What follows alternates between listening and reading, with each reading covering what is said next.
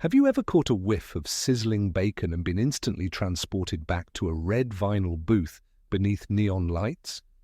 The heartbeat of post-war America echoed in every corner of the classic 1950s diner, a place where jukebox melodies mingled with the clatter of coffee cups, and the scent of fresh apple pie greeted you at the door. These diners were more than just stops for a quick meal. They were sanctuaries of hope and optimism, promising endless coffee refills, platters of golden crisp fries, and the friendly banter of a waitress who always remembered your order. Chrome-edged counters gleamed under the warm buzz of fluorescent lights, and the rhythmic hum of milkshake machines promised a sweet treat after a long day. Do you remember the gentle swing of a door as friends poured in after a Friday night dance, or the comfort of holding a warm mug between your hands on a chilly morning? For many, these diners weren't just places, they were pivotal moments stitched into the fabric of daily life. Let's slide into that booth together and rediscover what truly made 50s diners shine in our memories. Step back a moment to the closing days of World War II, when the nation's factories, once churning out tanks and airplanes, turned their energies to domestic life. This was the bedrock moment that gave birth to the heyday of the 1950s diner. At a time when American families were rebuilding and dreaming of a brighter future, the humble diner stood ready to serve.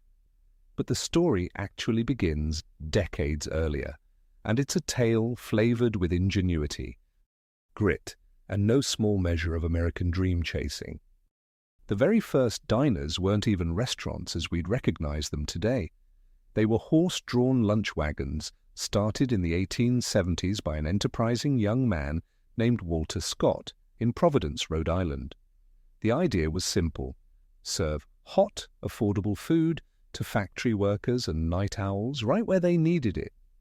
These wagons were mobile, allowing Scott and his imitators to park outside bustling factories and busy train stations as cities grew and shifted. Imagine, if you will, a world where grabbing a midnight snack or a cup of hot coffee meant walking out to a lantern-lit wagon on a chilly, bustling street. Have you ever thought about what it would have been like to order your lunch from a wagon window in the dead of night? By the 1920s, as automobile ownership soared, these wagons gave way to stationary dining cars designed to recall the streamlined look of the railroad's most luxurious coaches. Manufacturers, like the still legendary Jerry O'Mahony Diner Company, began shipping these prefabricated structures by rail, and soon diners popped up in small towns and major cities alike. Each diner had a unique personality, a kind of architectural handshake with the neighborhood it served.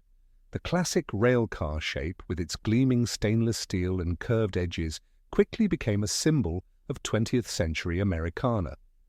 But these early diners, though already a fixture in the American culinary landscape, were just laying the tracks for what would become the blender-bright, jukebox-jingling havens of the 1950s. After World War II ended in 1945, more than 12 million servicemen and women returned home, eager for stability and affordable, comforting meals. The GI Bill had young couples settling into newly built suburbs, but these growing families still craved somewhere familiar and affordable to gather, especially in those late-night hours when kids were tucked in and parents needed a place to reconnect or unwind. That's where the 50s diner stepped in, open late, sometimes 24 hours, serving piping hot comfort food and offering an inviting space that didn't break the bank. Here's a surprise. While many folks assume diners were always about nostalgia, in the 1950s they represented modernity at its finest. A shiny new diner opening down the street was a sign that a community was moving forward. Boasting the very latest refrigeration, coffee machines, and sometimes even air conditioning, diners were among the first establishments to adopt these technologies for everyday folks. Did you know that by the mid-1950s there were more than 7,000 diners across the United States?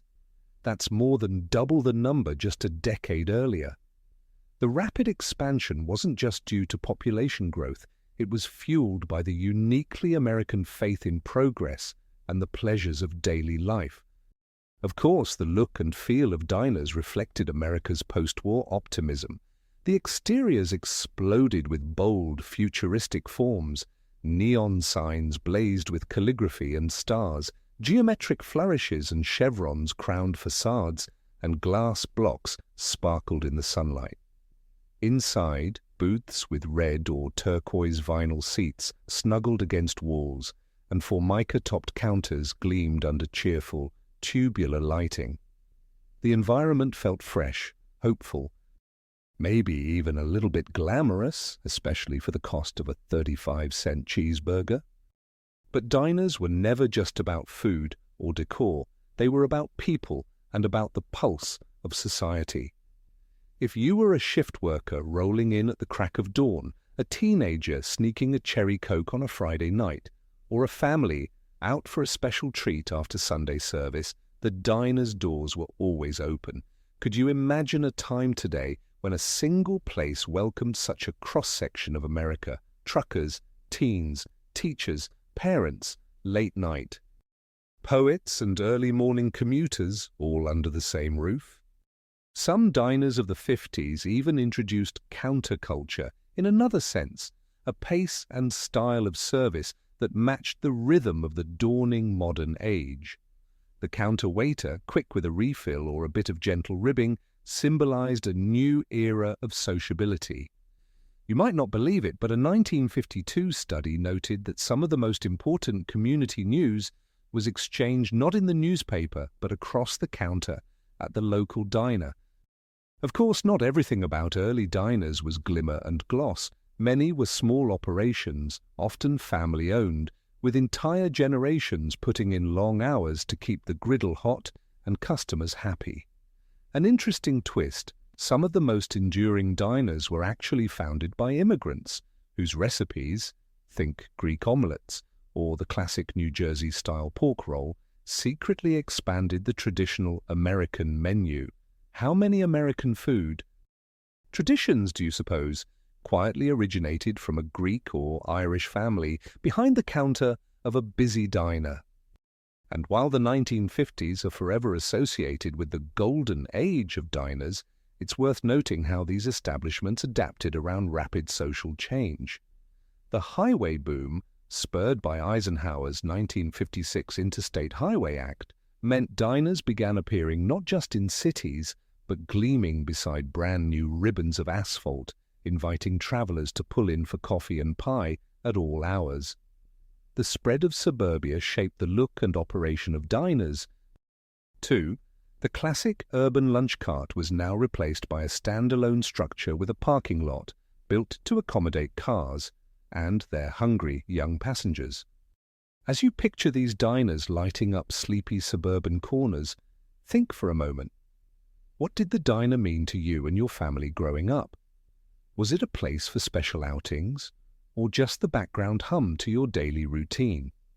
With every cup of coffee poured and every hamburger flipped, diners of the 50s became more than just roadside stops.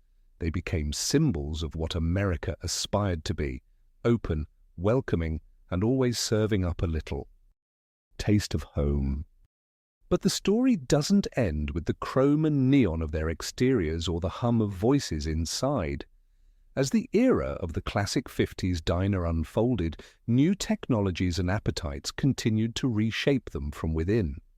Just wait until you see how the next wave of innovation, from dazzling jukeboxes to those picture-perfect soda fountains, changed the American diner experience forever. As we lift our gaze from the sizzling griddles and chrome-plated memories, it's easy to see why the 1950s diner holds such a cherished place in our collective story.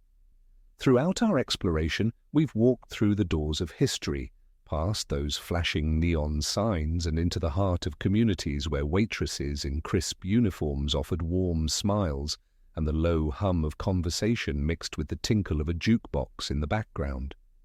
We've remembered how diners sprang from humble horse-drawn lunch wagons, evolving over the decades into bright, bustling gathering spots that perfectly captured the post-war optimism of a rapidly changing America. From the gleaming contours of a prefab dining car shipped by rail to the inviting booths and bustling counters of the suburban highway diner, these spaces didn't just serve up crispy fries and hearty meatloaf, they created a sense of belonging for hard-working folks, teenagers out on the town, and travelers eager for a taste of home. The soul of the 50s diner flowed through every detail, the comforting clink of ceramic mugs, the pageantry of soda jerks twirling behind the counter, and the warm hush of friendly banter stretching long into the night. Each visit was a small celebration of the ordinary, simple pleasures shared in a world that seemed, at least for a while, a little more united and hopeful. In an era before fast food chains and smartphones, diners were the crossroads of everyday life, a place where big dreams and small joys found a seat side by side. They reflected the very best of what it meant to be American in those years, a blend of modern innovation, entrepreneurial grit, and an unwavering belief that every customer should feel like they belonged. Looking back now, it's hard not to marvel at how the 50s diner helped shape the culture of a generation. They taught us that sometimes the best moments in life don't happen at grand events, but in ordinary places. A booth filled with laughter, a counter conversation that lingered, or those quiet early mornings when the world was just waking up. Even today, the image of a red vinyl seat under neon glow can unlock 1,000 memories. First dates, family breakfasts, or the simple thrill of a thick milkshake on a hot summer day. The sights, the sounds, even the smells, crispy bacon, fresh coffee, apple pie, have a way of bringing us home, no matter how many years have passed. What do these memories mean to you? Is there a particular diner, a favorite meal, or a cherished moment from your youth that still makes you smile? Take a moment to let those memories bubble up and share them in the comments. We'd love to hear about your most unforgettable diner experiences, whether it was a late-night snack with friends or Sunday brunch with the whole family. Don't forget to like this video and subscribe to our channel for more heartfelt journeys into the past. And if you know someone who'd delight in this stroll down memory lane, please share this video with them too. Everyone deserves a chance to slide into that red booth again. Keep an eye out for more nostalgic visits to the iconic spots and special moments that shaped our lives. Because sometimes all it takes is the sizzle of bacon or the swing of a diner door to remind us who we are and where we've been. One plate, one memory, one golden moment at a time.